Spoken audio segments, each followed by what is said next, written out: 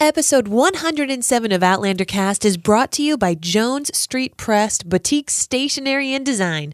Visit jonesstreetpress.com and click on the shop link and use the coupon code CAST10, just one word, CAST10, 10, CAST10. You guys got that? CAST10 for 10% off any mug or notepad purchased through December 16th of this year.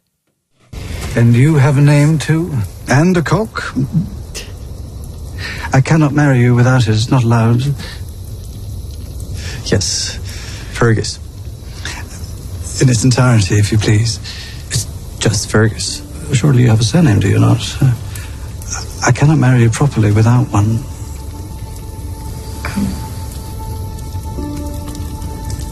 Fraser. His name is Fergus Claudel Fraser. Well, Fergus Claudel Fraser. Wonderful. Wilt thou, Fergus Claudel Fraser, have this woman for thy wedded wife? I will.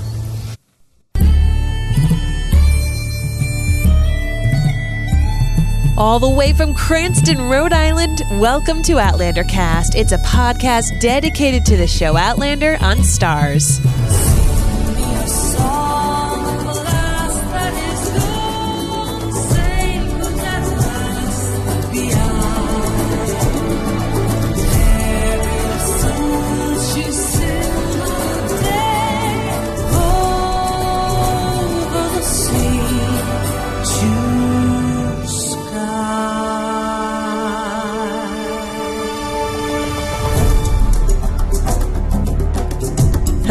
Hello everybody. Welcome. I'm your host, Mary Larson. My name is Blake, and I think that might be one of the most heartwarming, endearing scenes that Outlander has produced so far in its entirety. Right? And that's speaking volumes, I think, for what that scene meant and what it is meaning going forward, and all the things that they've actually accomplished so far in the show. Just really good stuff. And if you can't tell, I'm getting sick, so my voice sounds like crap. And it sounds like crap because and my kids were sick, and which is the reason why we were late for this episode. So thank you very much for your patience and dealing with, hashtag parent life. So so you're going to have to deal with my sniffles and my terrible sounding voice for at least the next 45 minutes or so. We'll see what happens. All right. Well, while we do that, let's chat about the kilt rating. So the kilt rating for this episode, what did you give it? Oh, I feel like I feel like this is a hot take alert. Give it to me. This is a hot take alert, Give and it I to feel me, like baby. I feel like the Outlanderverse is going to kill me on this one. Oh no. I'm giving it a 4.3. Okay. I'm giving it a 4.3. Okay. And the reason why I say that is because this episode was maddening for me. Maddening. Tell me more. Tell me more. Tell me more. And there's so much to love in this episode. Yes, there is. We'll get into it, but there's just so much to love between the Fergus and the Margus stuff and Claire on the island and the wedding scene and even the turtle soup, all great stuff. But, oh my God, it's just, I hate, being that guy that's like, whenever you hear somebody say like, oh, the tone was weird or, the pacing was a little off. It's like, that is usually an indication of somebody who's just like trying to find something to say so they sound intelligent. Okay. That being said, I felt like the tone was off. And the coincidences. Oh my God. The coincidences as I bang my head against the mic. Just wow. Wow. It's and that is the maddening part because there's so much to love, yet there's just so much to be annoyed about. It's all good. It's all good. So I'm giving it a 4.3. I Okay. enjoyed it, but there's just some stuff that I got to get the demons out on, and Okay. we got to talk about it. My love, how about you? What do you got? I give it a 5. Wow, what a surprise! Hey now, Right? Are you guys surprised? no. Are you surprised, Blake? Not at all. As a matter of fact, you were laughing throughout this whole episode, Yes. and you were enjoying it. I was actually laughing quite a bit too. Yes, you were. Which again is one of the reasons I just why. loved this episode. I had so many different feels. I was taking survivor notes from Claire. I was laughing. I was thinking of all sorts of things. So I had a blast on Right. this episode. Right. All right, let's just dive into the GBG because you started to delve into it a little bit. What was your good? All right, the good Caesar Domboy, the kid who plays Fergus. And who has stolen everybody's hearts. Oh yes, and he deservedly so. By the way, I think the kid's a good actor, and the wedding scene was great. You know, with Father Fogden and Marcelly was great with her. Hey, you gonna get us married here or what? Come on. I love that. But Caesar Domboy, in my opinion, stole it just for the way that he looks at Jamie when Jamie says, Fraser. It was one of those things where you felt like, oh my God, this kid just is so appreciative of this, but he can't go overboard, but he wants to. It's just so flattering. Yeah. And everything that is meant within those words, and all that it's implicit in those words. And I felt like Caesar Domboy just Oh my killed God, he really did. He melted everyone's hearts. You loved watching him, how he interacted with Marcelly, with Jamie, with everybody. Oh God, yeah. Yep. He was good. How about your bad? Uh-oh. Goodness gracious. All right. So my bad.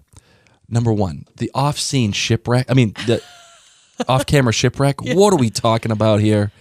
P.S. The boat fell over, kind of, and everybody all these died. people died. That's too bad that everybody died. Yeah, at least the ship's hull's intact. Who's gonna man the ship? I will. I know. And then Jamie's the captain, and it's such an info dump for no reason. And I get why they didn't show it. Ain't nobody got time because we have 2 episodes left. Right, but it just the Outlander verse. It bends itself backwards to make the story revolve around Claire and Jamie, and here's this whole scene encompasses this. Okay, which is somehow there's a storm, like I called. By the way, I'm just gonna throw that out there. Except it was such a small storm that Claire never saw a part of a storm unless she was passed out for it. In the house. Well, whatever. I just kind of loved that. Did they actually say there was a storm, or did they just say everyone died? He said that there was a storm that caused the gales. Okay, whatever. Yeah. But Jamie, there was no storm on but Claire's Jamie and his boat, Yeah. just happened to end up out of all the islands, out of every island in the Caribbean. Yep. On this one island Yes. that Claire is on, where she got to by accident. Yep. And it would have made sense if she was at the island that she saw that she jumped towards. Yep. And they ended up on the same island because it was on the way. Yes. It made sense. Yes. This is like, oh my goodness gracious, and then and Jamie and the captain of the boat died, who was going to be a problem for Jamie, and all of his guys. They're all dead. No problem. Don't worry about it. We don't have to worry about that anymore. All those people who are going to tattletale on you, Jamie Fraser. Don't matter anymore because they're all dead. You know what? It's just. I think Jamie in the middle of the night actually stood outside the captain's door and he went like this.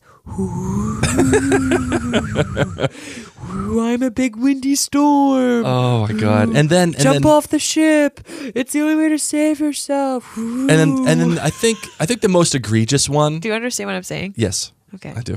I think the most egregious one is Claire grabbing the mirror for no reason other than just because.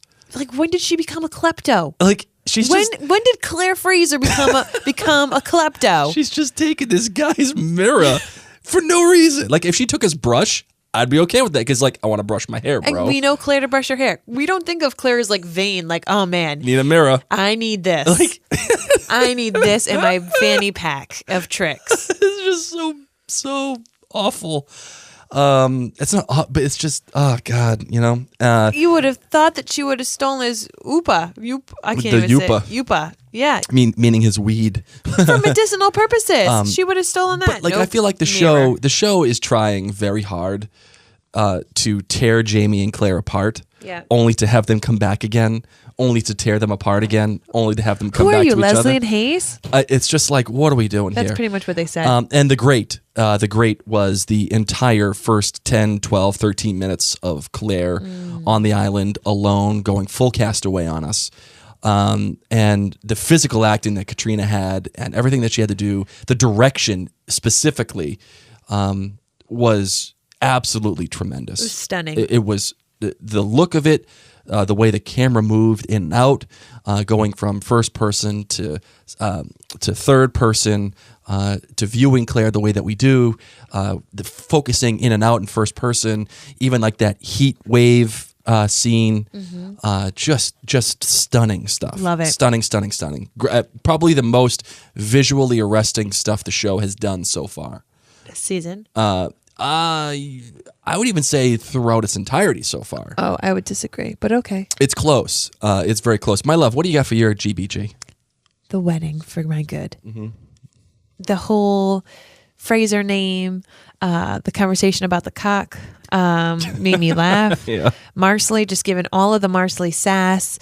Even the pre-wedding with Marcelly and Claire talking about what's going to happen on the wedding night. Weddings, man, they give you all the feels, and this wedding did that for me. And I loved seeing Jamie and Claire even hug, because that's what we do at weddings. We're like, oh my God, love is so sweet. Yes. So I just loved the wedding. That was my good. My bad was Leslie and Hayes. They just sitting there saying the obvious. Isn't it weird how Jamie's first wife shows up out of the blue all the time? Yeah, it is. Think like, what is going on here? And then even them talking about stinky and nobody wants to bed you. I mean, it was fine. Yeah. But I just kept saying, you're not Rupert and Angus. Yeah, You're just not them. And you're trying. And I know we're trying to love on you guys, but I'm not. Right. The funny thing is, I didn't mind the stinky part, but the one where you're like, oh, isn't McDou's wife coming in out of like, Yeah. It's like, that's when you're trying to shoehorn That's comedy it. in. It's like, come on, dude. You're not that My funny. other bad, I needed to throw this in there because you guys know. You know how I felt about the Adam's apple. You know how I felt about the hat tap. You know how I feel about all these kind of things. Here's something that's going to bother you. You ready? Some of you might want to cover your ears, because I know a few of you have written and been like, Mary, stop picking these things out because I can't unsee it. Check out the CGI'd smoke Oh my out of God. the pipe when Mr. Willoughby is handing over the chicken apologizing. Yes. Okay? You and I didn't even know you were going to say that, but Father Fogden's just there. Oh my and it's God. like obvious CGI pipe smoke. Yeah. And then the next shots when you see him, no smoke's smoke. even coming out at all. What is going on? So that's a bad. man. My great was turtle soup and everything that it caused. yeah. All right, what do we got for the listeners? What's their Cindy Reeves said, bolt the door. 5 kills. Adored this episode. There was so much drama, yet humor too. The writers picked many of the best lines from Voyager, yet made the show fresh and new. The scene with Marcelly and Claire set the perfect tone for their relationship going forward. Cindy loved the conversation about marriage and bairns. You being a wise woman, I thought you'd be worth asking. The father and Coco were quite a pair too. The actor was quite believable as a stoned, lovesick but sympathetic weirdo. Fergus getting his name was perfect, and I adored him. Cindy's bad. She did appreciate every minute of Claire's odyssey through the jungle. It showed just what she risked to find Jamie, but it was a tad long. Cindy actually stopped at one point to see how much of the show is left as she anticipated Jamie and Claire's reunion. Gotta love those reunions. And the great was OMG when they ran along the beach to hold each other and kiss. My heart leapt. Also, kudos to costuming. Jamie looked super hot in that dirty white shirt hanging off his hunky chest. And oh my, those skin tag tight black breeches. Good Lord, very great. I was blown away by Kat and Sam's interpretation of the turtle soup scene. Do you hear I just said that? It's like I just had turtle soup. I know. Turtle soup scene. Jamie said all the right things as far as showing concern for Claire's fever and injury, just like in the book, but Sam added that Jamie twinkle in his eye that showed he was more than willing to go along with Claire's request. And Tanya Royston says, this was a fun episode. It started in peril, but ended in laughter. Once again, I have to give credit to the casting department because Father Fogden was hilariously delightful. And although Mamacita seemed like a Cuban version of Annika, there was no love for Claire. I'm giving this episode 4.5 kilts. The good was Father Coconut, as I have dubbed him. We make our nets from the fire. The what?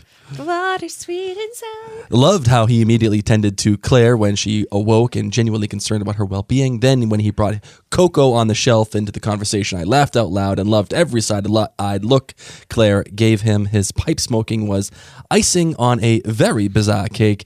Claire and Marcelly's pre-wedding conversation was such a sweet beginning for their relationship going forward. Marcelly didn't have a chance of knowing what true love was with the mother that she had. Seeing her with Claire and finally dropping her defenses was great. The bad, though, although I love seeing Claire kick into high gear, I never really felt like she was in danger.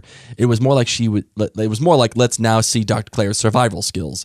The scenes on the beach with the crew seemed all jumbled and did not flow. Exactly how long were they there? 1 minute they're on the beach, the next they're hoisting a mast.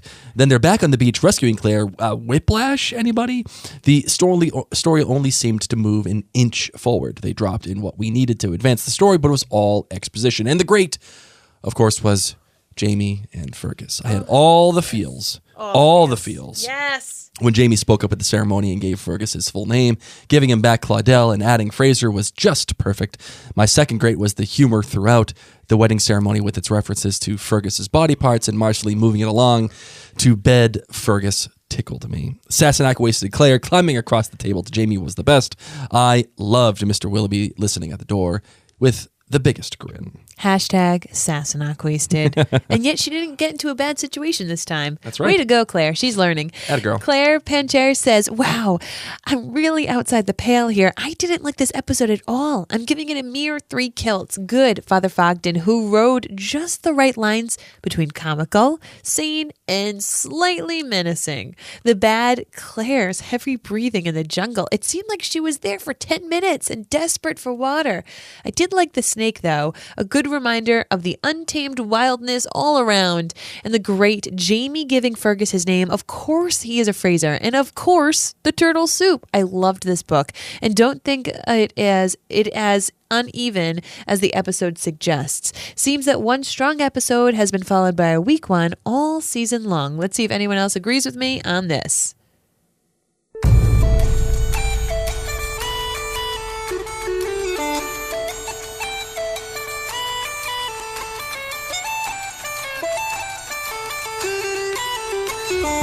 Well, this episode was entitled Uncharted, and it was written by Shannon Goss and Karen Campbell. These were two of the new writers for this season. Mm-hmm. Shannon Goss was famous for writing The Doldrums, and Karen Campbell wrote Creme de Menthe. Yes. And directed by Charlotte Brandstrom. This woman is actually very interesting, as a matter of fact. She was born in France, but she was raised in Sweden, France, and the United States. Holy smokes. She graduated from the American Film Institute in L.A., and she speaks English, French, and Swedish fluently, and also Spanish and German. She's like this really well-rounded woman, and she's directed lots of television and films, over 45 credits. A lot of them are foreign films and foreign TV shows, but her American credits are Chicago PD, Colony, the one with Sawyer, Colony on USA, Tyrant, Wallander, Arrow, Grey's Anatomy, Madam Secretary, and she actually has the next episode of Outlander called The Bacra. Nice. The DP was Alistair Walker. He makes his return from earlier this season. Yeah. And you can tell, great stuff. Great. The lighting was just gorgeous throughout the entire episode. Yes. And especially with Claire walking in the jungle and the camera looking up at the sun, and then you just get that real good feeling of heat stroke. You know what I mean? So, my darling, how do you want to attack this one today? Let's talk about I feel like this episode was in thirds. You know, it would start off in the jungle. Sure. I mean, can we just give incredible claps to Katrina Balfe? Yep. Oh my goodness. Yep. First and foremost, when that turtle was going across it, I was like, I know what that is. Oh, on the title card? But then it almost looked like she was floating on the turtle, and I was like, is this Pirates of the Caribbean? Because it goes right from the title card to her floating, and it was the same coloring. Anyway, I said this on our second viewing, that for being someone who's not a lifelong actor, Katrina Balfe is just bringing it. Right. She is kicking butt and taking names. I am thrilled with her acting. Remembering the rule of threes. Did you know these rule of threes? No, did not. You can hold your breath for 3 minutes. I thought it was 2. But what the hell do I know? I could probably do it for 60 seconds. That's it. And then the 3 days with drinking water, I knew that one. Mm-hmm. And then the going without food, 3 weeks. Yeah, no, hold did not know that. the front door. How is it even possible? I can't even go 3 hours. Right. Amen. Amen. But I loved that Claire had, she had all these abilities. She had all this knowledge, even how to start fire, thanks to living with Uncle Lamb. I think, people who see this and say, how does she know how to do that? She lived with Jamie and they lived in the woods and did all those travels while collecting for rent. So she learned a lot about, just sleeping outdoors, but also she lived with Uncle Lamb, so she got to do that. How happy were you that she brought her fanny pack? Very happy. She needed the fanny pack. She at least needed to light up her bum roll, Yes. Do you like that I'm calling it the fanny pack? I know. Because I was like, why does she still have that? Oh, yes, you can light it on fire. All the stuff that she brought, brilliant. Yeah. Kept on all of her clothes, however. I know, girl, why are you wearing all them clothes? It's hot. Blake and I used to watch this show called Naked and Afraid on the Discovery Channel, where a man and a female, they were dropped in a forest naked. And it was like Survivor, except they were naked. And they were afraid. It was a terrible show. We watched it when I was pregnant, and it was a terrible show, I'll tell you that. But I just kept thinking, Claire, why are you not taking off some of your clothes? You're wearing so much clothes. I understand not wanting to get a sunburn, but goodness gracious. And then I thought, to the first time she traveled through the Stones, and when she was just wearing a shift, aka a beautiful white dress that still to this day I would love to wear. But she was, of course, accosted by Blackjack Randall and told she looked like a whore. So she probably kept on all those clothes just in case. Just in case she bumped into somebody on this road sense. that she was searching for, and she didn't want to be told that she was a whore. Even though, gosh, that is her, aside from Sassenach, that's the second most common name people call her. Mm-hmm. Is a whore. Mamacita called her today. Look, do you like that? I even rolled my R. You did. Whore. So we got Marcelly calling her whore, Mamacita calling her whore. How about those ants? Oh, God. That made you make that sound in bed. I remember we were watching it on our iPad, and you were shaking. You're like, this is disgusting. Those ants looked amazing. They did. Even though they were CGI, they looked fantastic. They looked so good. I'm so surprised. A lot of the comments that I've read in the clan, a lot of people weren't happy with the amount of time that they spent with Claire in full castaway mode. And I completely disagree. I felt like this was the most interesting part of the entire episode. Why? What did it do for you in Voyager? Well, and it's funny because a lot of people say, "Oh, Crisis Claire is the best." I love Crisis Claire. Crisis Claire is the one who gets things done, and it's all business, and I just love watching her. Well, this is full Crisis Claire mode. Here she is trying to survive for her life. Yes. She is all alone. She is stuck alone on this island. And licking plants. Licking weird plants. Getting eaten by ants and almost strangled by boa constrictors. What are we talking? You need to see that. You need to see the gravity of her choice that she made when she jumped off that boat. I was really glad there wasn't a voiceover of her saying, "This was the first time that I thought fondly of Boston." Yeah, I know. And that's what I actually was. That's what I was thinking. I'm like, hey, Boston ain't looking so bad now, ain't it? Right? Thinking about that. You left at Christmas. Yeah. When it was cold, and Brianna had that Boston cream pie. Yep. From the fridge and hot dogs. Oh my gosh. And I'll say this. I think the writers, if they had the guts, they would have had no voiceovers whatsoever In this episode? in this episode. They would have just left Claire. They would have left that alone. Why do you always say if they had guts? I think that's very insulting. Well, fine. If you had done this episode, had I done the episode, there you go. That's much kinder. I would have had no voiceover, and I would have had no talking. I would have had just Claire walking through the woods, because everything that she's telling you, you can see in Katrina's phenomenal physical acting. I wouldn't have known the threes. Probably not, but you could infer that. Like, you could infer the fact that She's thirsty. and she's needs water. thirsty as hell and she needs water, because she goes to Correct. the plants and she's like trying to lick it off with her fingers. And then when she's sitting out over the ocean being like, I don't know where I am. I don't know if I'm going to find Jamie. She's saying all this, but there's this moment when she's looking out over the ocean and it pans to her face and you see her eyes and they're wide and they're darting from left to right. So you're saying In her because chin. of Because of how amazing Katrina did, Yes. you don't need any of that. Correct. You don't need it because Katrina is telling you visually. Yes. You know what I mean? Yes. And commandment number 6, show, don't tell. Yep. Right? So I get it. Katrina hit it out of the ballpark. She did. She was Loved amazing. getting lost with her. I agree. I've seen a lot of people saying they didn't like being lost. maybe it was just We'll because see. it reminded me of Lost. I mean, what do you think?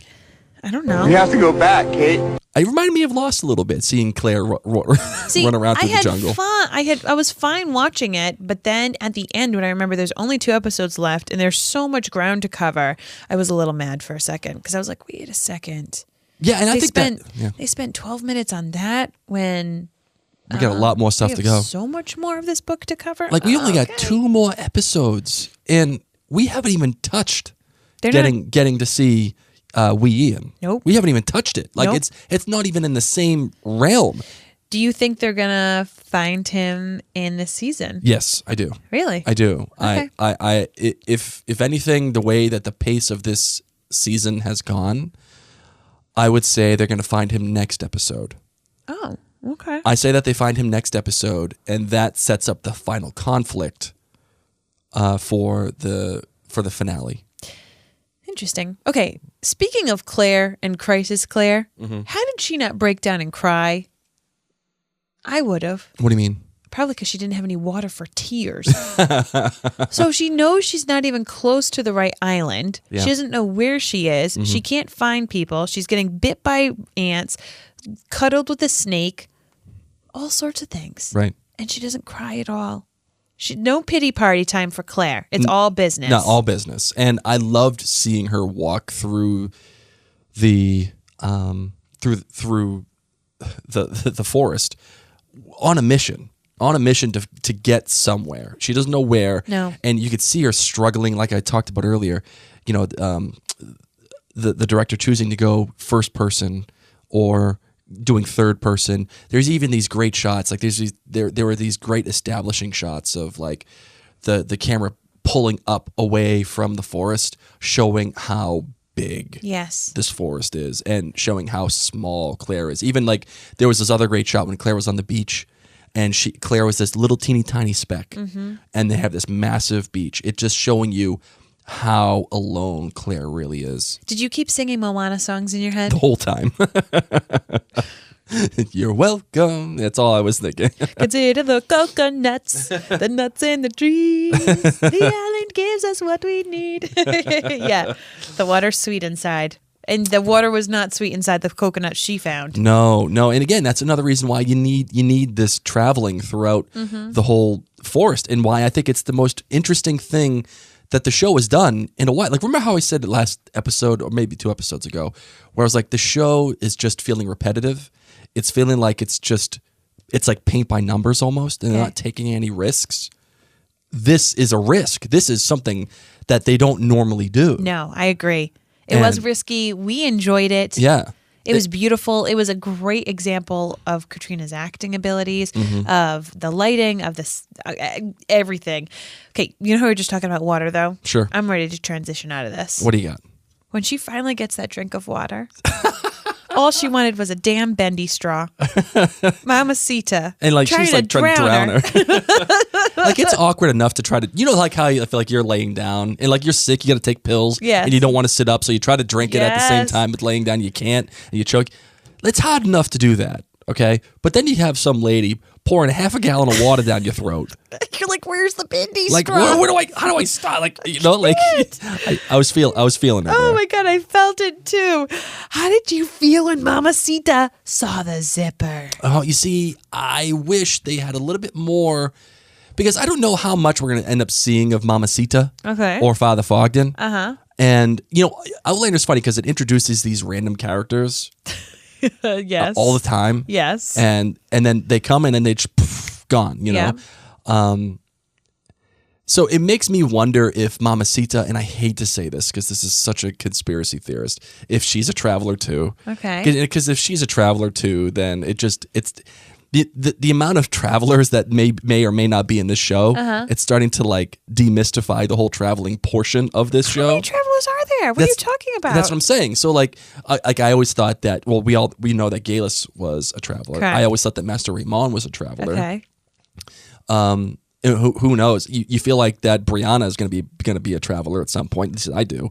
I feel like Roger is going to be a traveler at some point. At least I do, given their lineages. And then I feel like if Mamacita is a traveler, she recognizes this zipper. Like, who else is going to recognize it? And she looks at Claire like, "Oh, okay, you're that okay, all right, cool. I got you. I got you / get out of my house. Yes, right. So you took it that she was a time traveler. Okay. Well, I mean, I'm not sure if she. That's a take in development. Okay. But I still, it's a weird thing because I don't know if they're going to build on it. You know what I Okay. mean? Yeah. You know what I mean? But I liked this whole sequence. I liked Claire with the green stuff on her legs. She's tied down. Father Fogden's going a little crazy. Even Mamacita is like, get this girl out of get her out of my house. Yep. Because she might be trying to replace my daughter. All great stuff. And I think the subtext here of this scene is really important. Mamacita has lost a daughter. Claire has lost not only Brianna, but she's also lost faith. So Claire can kind of understand that. But on the other level here, too, we have Father Fogden talking about being in love with Mamacita's daughter. And he would do anything. He'd give up the priesthood. He'd give everything up. And Claire did the same. Mm-hmm. Claire gave everything up for Jamie. And she went off to this far-off land. And Father Fogden is somewhat of a mirror for Claire.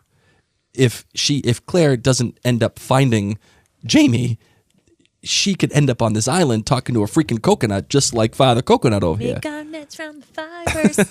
What's up with guys keeping their dead honeys or supposedly dead honeys closed for 15 plus years? I don't know. Jamie and now Father Fogden. Yeah. And your dad. And my dad did that too. And the clothes are still there, by the way. Still there hanging up in the closet. How many years? My mom died in 2001, so that's 16 years. So he's beat Father Fogden less than Jamie. Yeah. Wow. Unbelievable. So maybe this is a thing guys do. Hey, what's up with guys, too, that are alone, keeping weird items to talk to? Like Father Fogden talking to a coconut. All I could think of was Castaway and Wilson. Seriously. Wilson! All the Wilson references. Wilson! That's all I could think of the whole time. Oh my gosh. Like, what are we doing here? But What are we doing with Arabelle? Talking to things. Oh my god. First and foremost, the second time I watched it, Mm-hmm. when Claire was taking her little tubby time, I was like, where are those beetles? Are they close to the tub? Because she looked and there was a shelf. I'm like, are those beetles near the tub? I'd be so nervous to be near those Well, I little think things. those were prior to the Beatles.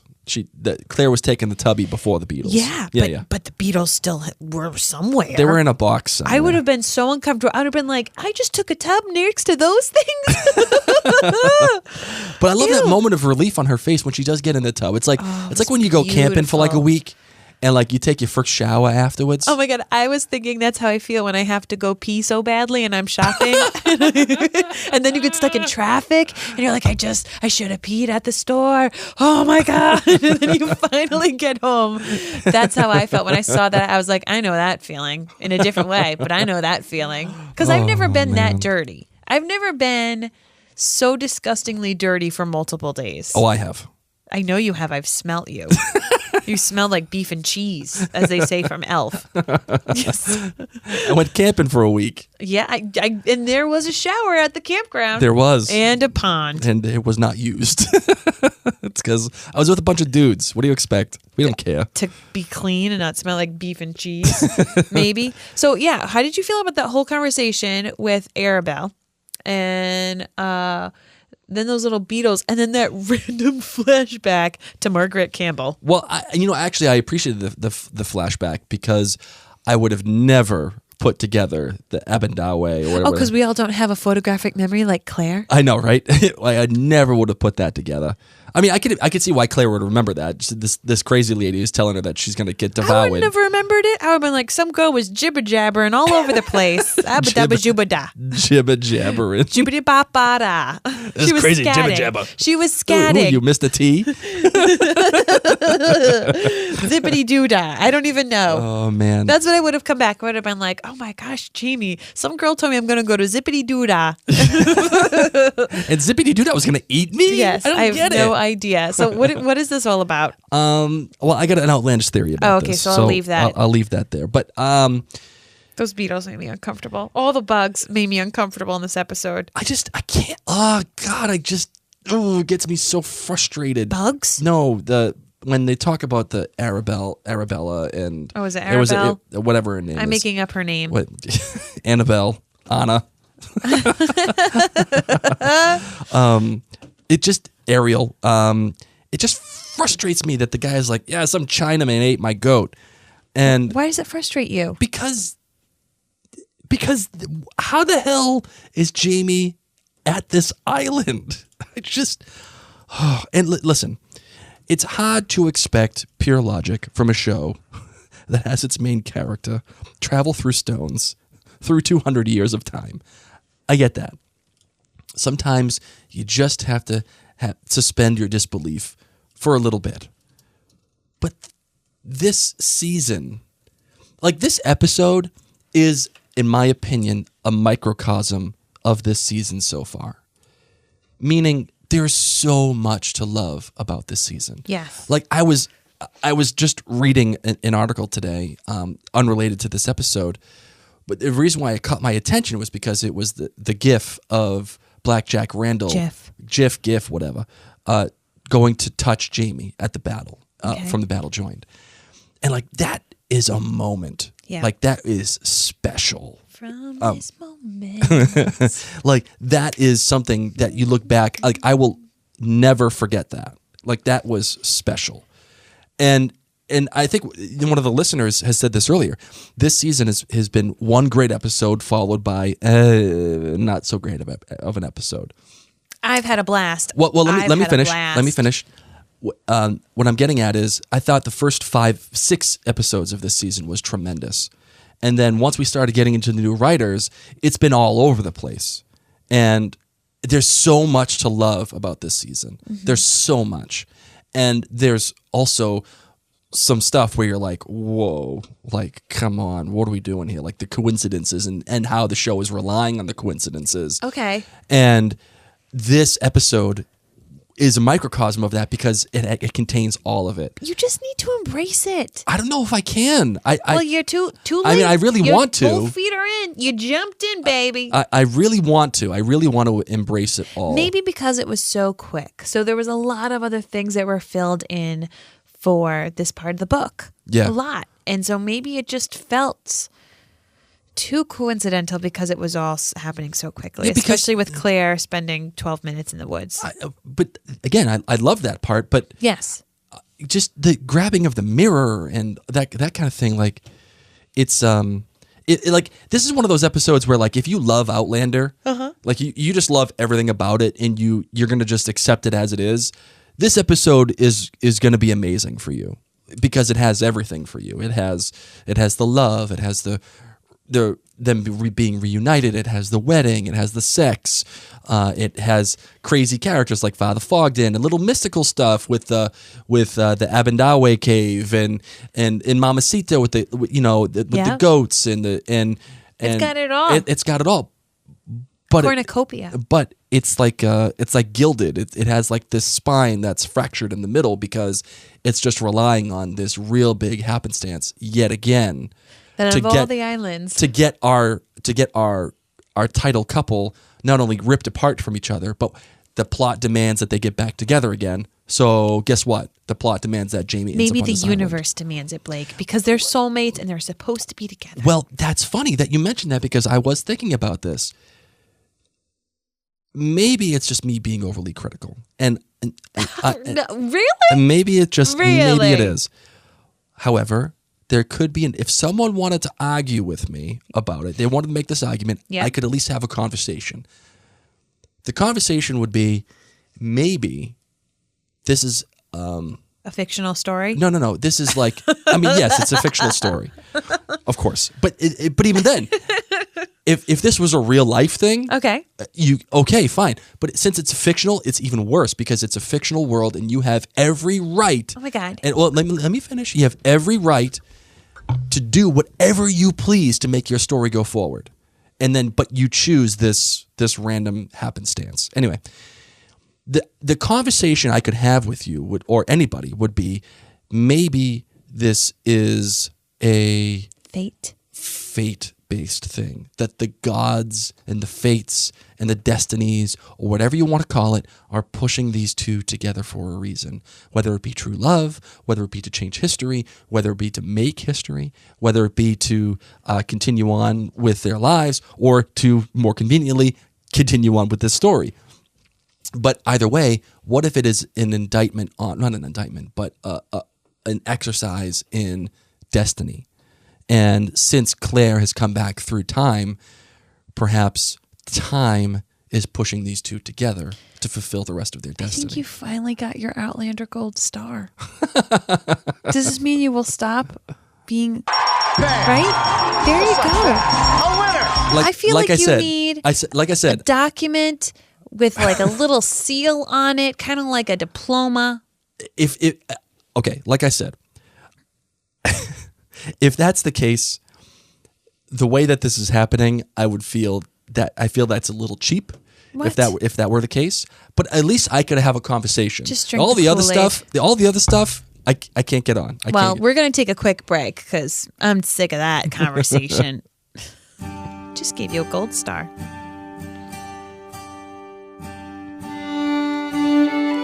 We wanted to remind you that episode 107 of Outlander Cast is brought to you by Jones Street Press, Boutique Stationery and Design. Chrissy, the owner, she is phenomenal. She will take care of you. She'll take care of everything that you want to do with either the stationery or these boutique mugs that she makes that have all these Outlander sayings on it. It's actually really cool. When we got in touch and we decided to be partners, I was really excited about it because I was just as excited about this as another sponsor of ours. So she's a huge Outlander fan? Huge Outlander fan. It's a one-woman owned and operated business. I mean, talk about Claire. If Claire was running a business, I feel like she'd be Chrissy. Female power. Everything is American. Obviously, it's in Georgia, and she ships worldwide. Anywhere you want to go. If you're in England, maybe you're in South Africa, maybe you're in Saint Domingue. There you go. She'll send you one of those fancy mugs. So her items can be great stocking stuffers. To guarantee Christmas delivery in the U.S., mugs must be ordered by December 8th. So don't forget that. December 8th, guys. And you can use the code CAST10, so that's CAST10 for 10% off any mug or notepad purchased through December 16th. So remember, go to JonesStreetPress.com and check her out. And you can find her actually on Instagram too at Jones Street Press, and just click on the link in her bio for the access to her Etsy shop. And trust me, you're not going to regret checking this out. You're not going to regret it at all. They're beautiful. It's really cool. I'm going to check it out right now. Yes, you are. You know how I do this. Can we talk about while you do that? Can we talk about the wedding real quick? So pretty. I know, isn't it really pretty? Yep. The wedding. The wedding was a great thing. Even Father Fogden talking about he's missing a hand. I can't marry if you don't have a cock. Yeah, and what's your name? And And I actually really loved, before the wedding, spending time with Marcelly and Claire. And, even though the conversation is a tad bit awkward, like how do you prevent, kids being born or whatever, I was really hoping they wouldn't go into the details of that. And they didn't, which was good. But you finally get a chance to see the sweetness of Marcelly and the sweetness of their relationship, and where her relationship with Claire could go in the future. Yeah. Where Claire, even though she still has not said more than a sentence and a half to Fergus this season, she is a surrogate mother for Claire, for Fergus, and she can be a surrogate mother for Marcelly too. And one other thing I got from the wedding scene, I was making light of it earlier, where the show bends backwards to make sure it centers around Claire and Jamie and gives them every opportunity to be together, to rip them apart, to bring them back again, to create drama. But as I was watching this wedding scene, and my love, I want to get your opinion on this, I couldn't help, as both Claire and Jamie stood off to the side watching this wedding, that gravity around the two of them just pulls people in. And without them there, none of this would be happening. Correct. Things seem to revolve around the two. Universe. Where's my gold star? Yeah. No, characters and people, and we talked earlier in the season about Jamie, gathering this band of kind of misfits, and going on with his life and running his business. And the same thing with Claire and Jamie. Like they're like the leaders. They're the pack leaders. And it just felt like all of this is happening because of them. Do you know what I mean? Yes. And I for some reason I got a really warm feeling from that. I felt like they were like proud parents of the whole group. No, I totally get it. Because at first I felt a little weird that Jamie wasn't standing right next to Fergus, that he didn't have the ring. Why are you not up there, buddy? But to have more of this father-mother focus, standing off to the side, letting the youngins do it. Like a true bridesmaid and groomsman. They're young. They're always like your age. They're your friends. They're not your parents. Right. So it felt just right. Yeah. And the way that they framed those shots, showing them still there, still present, but not in the limelight. Right. The moment wasn't about them. No. But you're right. The moment wouldn't have happened without them. Right. And I think I have to give credit again to Charlotte Branston, the director. She was phenomenal. She allowed that wedding scene to be funny, but also to speak for itself, and to have Claire and Jamie be a part of it, but not the main part of it. In which I feel like this is almost a passing of the torch from Jamie and Claire as they get older to, I was doing the math. Claire is like in her late 40s now, maybe even 50, right? And she's getting older, and so is Jamie. And we're now having this younger generation of Frasers come about. Yes. And all these people come about. And it's kind of like, okay, we're going to start centering our relationships, our love, our care, our desire for these characters. Yes, it will always be with Claire and Jamie, always. But now we have these other people that we can. It's like when it's like right now. It's like now, like when you get older and like you start having Christmas at your own house, and you start having Thanksgiving at your own house, and you start doing your own things outside of your parents, and it's kind of awkward. Like you're not really sure what to do or how to do it. But you're creating your own family and your own traditions right. in some ways. Right. I understand. That's the way that I feel about it. My love, are you ready for the Kendra thought of the week? Yes, I am. All right, let's do it.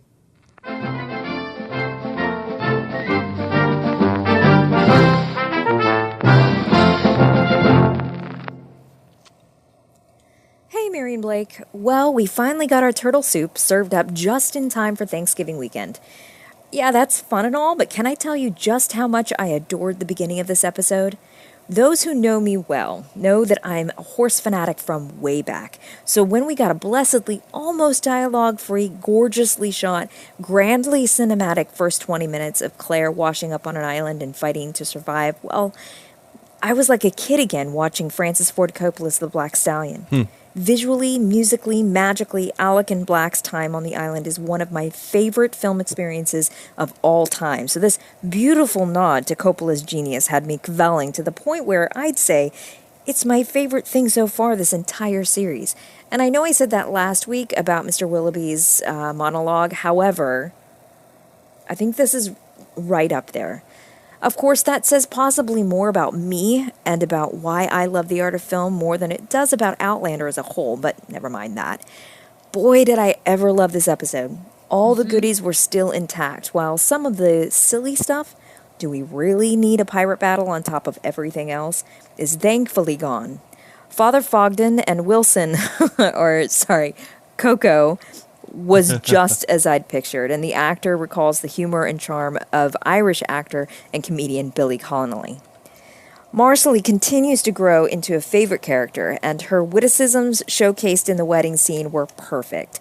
I loved seeing Fergus's reaction to Jamie giving him his name. Such a warm, genuine moment between these two actors.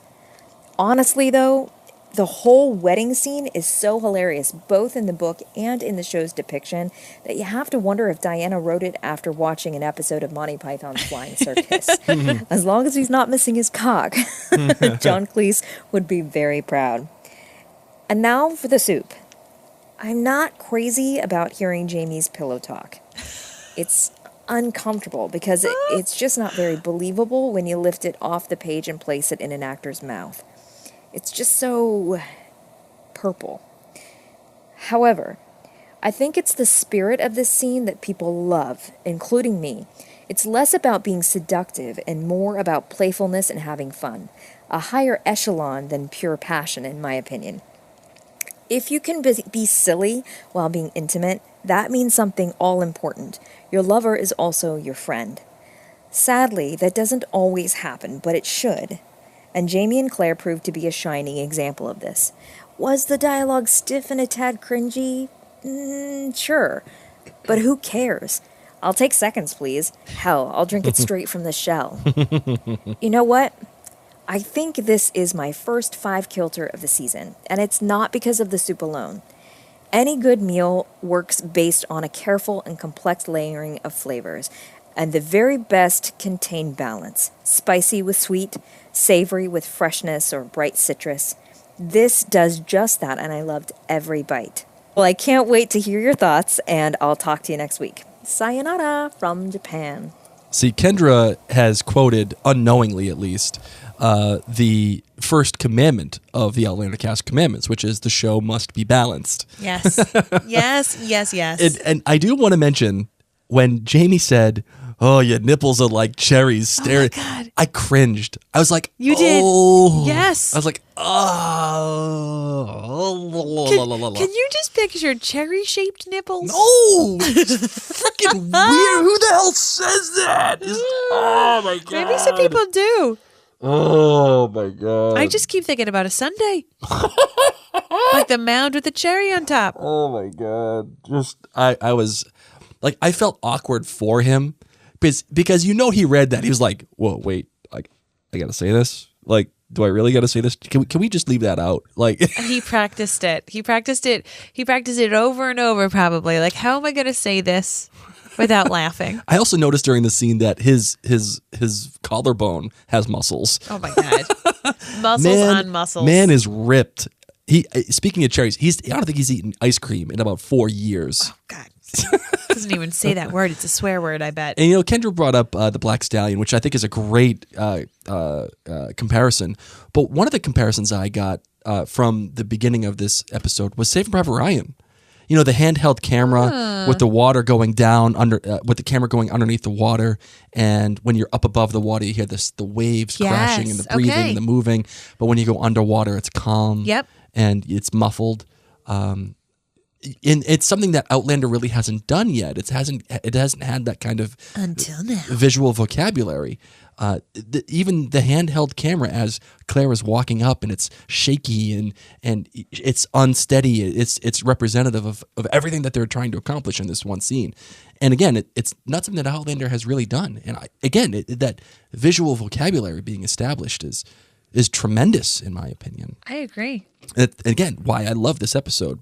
Except you gave it a 4.3. because of the other things that I just couldn't take. You couldn't even give it a 4.5, a 4.6. No, I could listen. All right, maybe I will revise the kilt rating I to think 4.5. you should. I'll revise it to 4.5. How's You've that? gushed on so many things that you've loved about this episode, and then to give it such a low rating, pish posh. Pish posh. Twiddle twaddle. All right, what is the outlandish theory of the week? Want to let you know that this outlandish theory of the week is brought to you by Celtic Eternity. Please visit CelticEternity.com and get 10% off Celtic and Scottish rings with the coupon code OutlandCast. Oh, you know, I noticed that Claire is still wearing Frank's ring. Yeah. I wonder why. Why? He's dead. You know, she's moved on. I got why she was wearing it when he was still alive. Like that makes sense. But why is she wearing Frank's ring now? Because she has for, oh my gosh, how many years? She's worn it since she was married to Frank. That's what I'm saying. Like that is so special. That not only represents Frank, it represents her raising Brianna in Boston. Mm-hmm. It represents her entire other life. That's the only thing that she can have on her that can remind her of her entire other life that won't be questioned Mm-hmm. in this time frame. I'd keep it on. Yeah. Okay. All right. Sorry. All right. Now let's do the. What is sorry, your I was theory? just thinking about it. I know you were.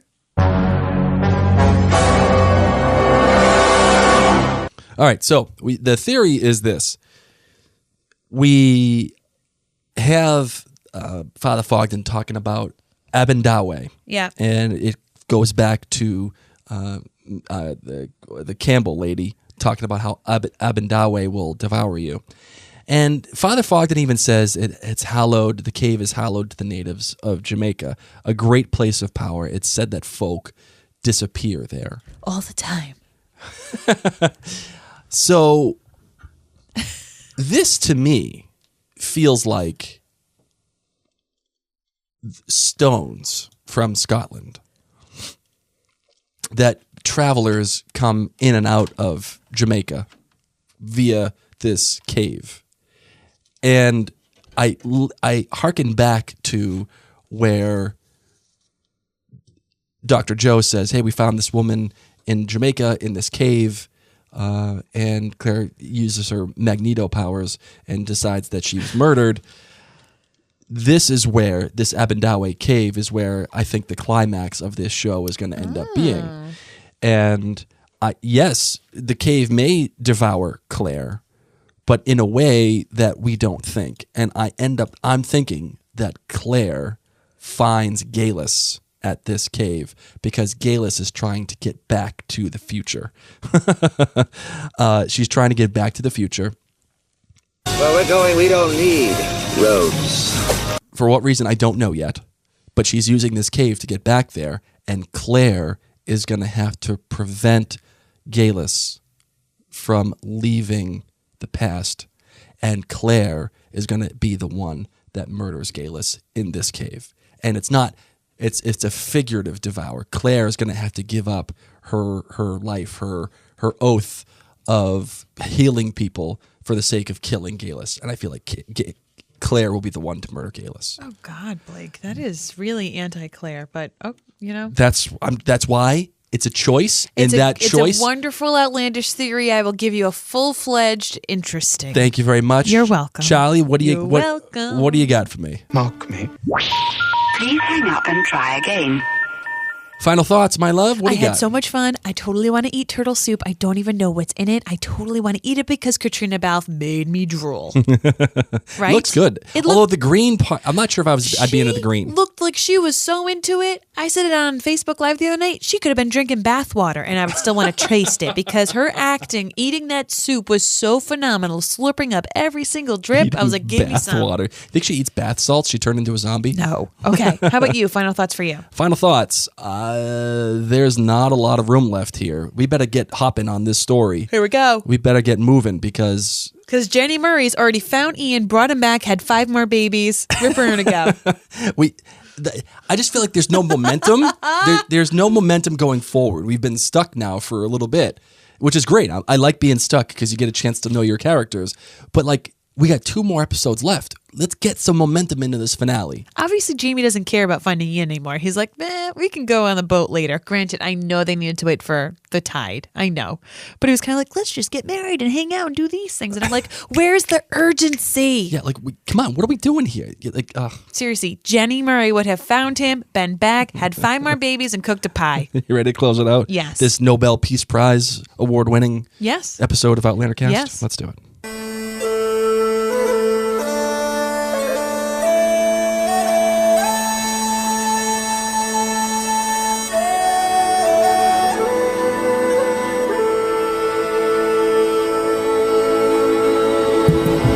Wanted to give a huge thank you to our most recent iTunes reviewers, JCSR Fun, said I found this podcast at the start of season 3, and I found it to be perfect for me. Real people talking intelligently about the star show Outlander without spoilers or book spoilers. Mary and Blake have actually found a way for me to enjoy the show even more. I feel like I'm part of the clan. Enjoy geeking out over production details and also snort laughing along with my hosts, with my laugh, not theirs.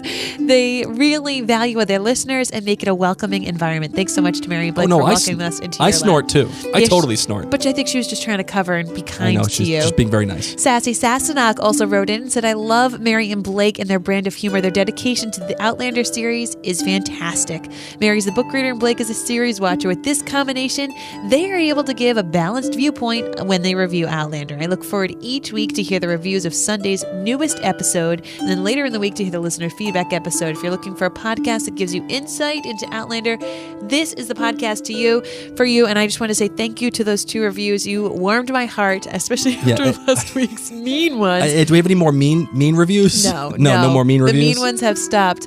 I do also want to give a big thank you to our top patrons: Peg, Ann, and Bobby, Sharon, Tracy, Carolyn, Lisa, Meredith, Amy, Christina, Sue, Keelan, Meredith, Liz, Dana and Nikki, and also Michelle, Tara, Jennifer, Lauren, Heather, and Marilyn. Thank you guys so much, and thank you to all of our patrons who really help make this possible. Yes. This is what helps us pay for the sitter that we're paying for right now to watch our bairns so that we can podcast, that makes the site possible, all the equipment.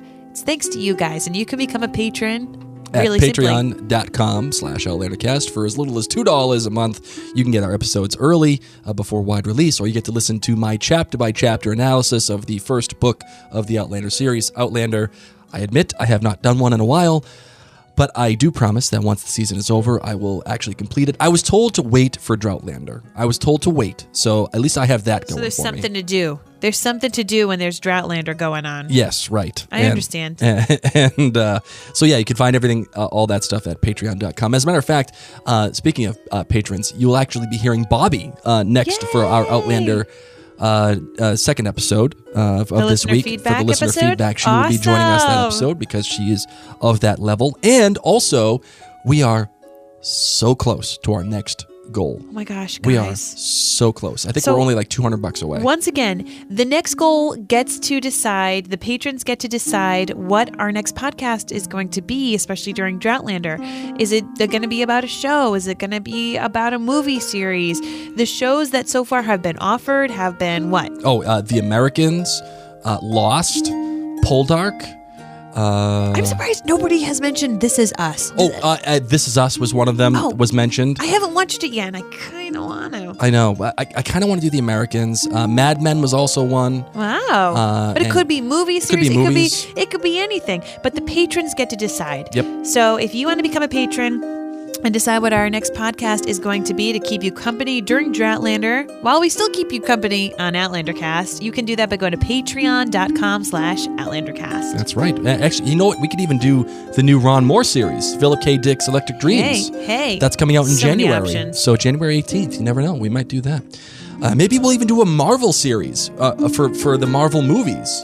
That's a good one, too. I like that. That was recommended. It's unlimited options, guys. And then once we get to it, we will have you guys vote, and that'll be that. But we got to get to $1,600 per month. I think we're only $200 away from that, so we're close. Oh my goodness gracious! Yeah, so I'm really excited. And I'm really excited because next week is our finale party. So thank you for those of you who've bought your tickets. Those of you who can't attend, don't worry. We're going to be doing a Facebook Live on Sunday night of the finale party. Can't wait. All right, guys. My name's Mary. And I'm Blake. I'm Blake. Yes, you are. That's how it goes. Okay. Who's sick?